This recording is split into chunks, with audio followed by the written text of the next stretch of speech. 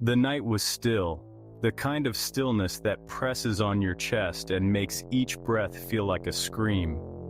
My house, nestled at the edge of the woods, was my sanctuary, a place where the chaos of the world couldn't touch me. But that night, the silence was an omen, a whispering of something sinister lurking just beyond the tree line.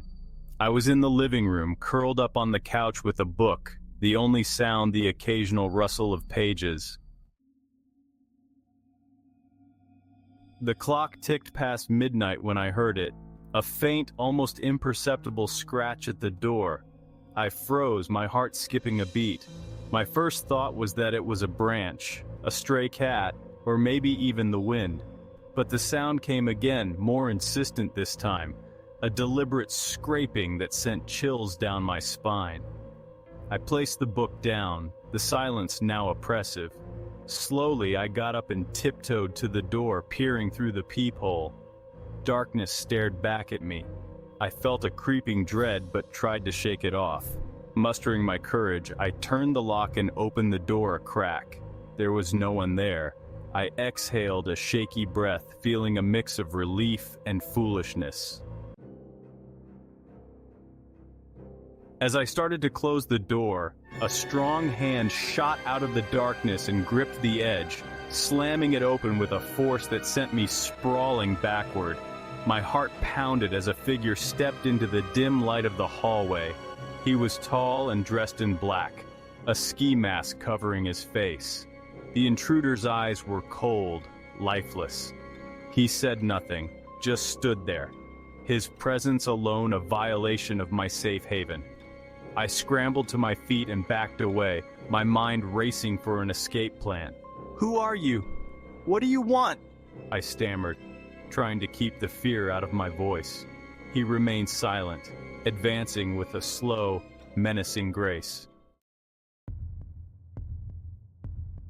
I turned and ran to the kitchen, grabbing the largest knife from the block. My hands shook as I brandished it, the steel glinting under the harsh light. "Stay back!" I screamed, but he continued his approach, unfazed. In a desperate lunge, I swung the knife, but he was faster. He caught my wrist in a vice-like grip and twisted, the knife clattering to the floor. Pain shot up my arm as he shoved me against the wall. Panic surged, and I fought back with everything I had, kicking and scratching, but he was too strong. He pinned me down, his face inches from mine. His breath was hot and foul, and his eyes bored into mine with a terrifying intensity. I thought this was it, the end, but then he spoke, his voice a low, gravelly whisper. "You have something I need," he said. "I don't have anything," I cried, tears streaming down my face. "Please, just take whatever you want and leave." He chuckled, a sound devoid of humor. "Oh, but you do," he said, and then he reached into his pocket and pulled out a small, ornate box. He opened it to reveal a syringe filled with a glowing green liquid. My eyes widened in horror as he brought the syringe closer. "What is that? What are you going to do to me?" "Shh," he soothed, a twisted smile playing on his lips. "This won't hurt a bit." I thrashed and screamed, but he was relentless. He jabbed the needle into my neck, and a cold, burning sensation spread through my veins. Darkness closed in, and I felt my consciousness slipping away. When I woke, I was alone, the intruder gone. My body ached and my vision was blurry.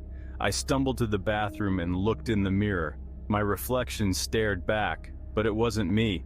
My skin was pallid, my eyes sunken and lifeless. A deep, unsettling fear gripped me as I realized the horrifying truth. I was no longer human. The syringe had changed me, turned me into something else, something monstrous. The man hadn't been a thief, he'd been a harbinger of a darker fate. I was now a vessel for whatever evil he had injected into me.